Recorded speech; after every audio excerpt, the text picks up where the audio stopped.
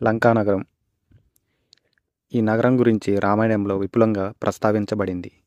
ఇది రాక్షసుల రాజు రావణుడు రాజధానిగా నిలిచింది. రావణుని గురించి కొన్ని ముఖ్యమైన విషయాలు తెలుసుకుందాం. 10 ముఖాలు 20 చేతులు కలిగిన రావణుడు ఆకాశాన్ని తాకే వ్యక్తి కాదు, ఆకాశాన్ని భయపెట్టే వ్యక్తి. ఆయన గురించి పౌరాణిక గాథలో చెప్పడానికి ఇంకా చాలానే ఉంది. జ్ఞానవంతుడు, దయాదాక్షిణ్య రహితుడు, యుద్ధకళలో నిష్ణాతుడు. రావణుని కథ నిప్పుల మధ్య మొదలవలేదు. ఆయన పేరు చెప్పగానే గాలి కూడా మౌనం పాటించింది. సర్వశక్తివంతుడైన రావణుడు ఒక అద్భుతమైన రాజు. రావణుడు కేవలం రాక్షసుడు కాదు, సంగీతంలో ప్రావీణ్యం ఉన్న కళాకారుడు, శివుణ్ణి తన తపస్సుతో సంతోషపరిచిన భక్తుడు.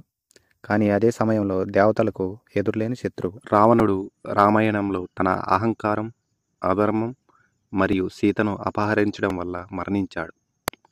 రాముడు ధర్మానికి ప్రతీకగా రావణుడిని యుద్ధంలో జయించి అతని నాభిలోని అమృత కుంభాన్ని ధ్వంసం చేసి రావణుణ్ణి చంపాడు.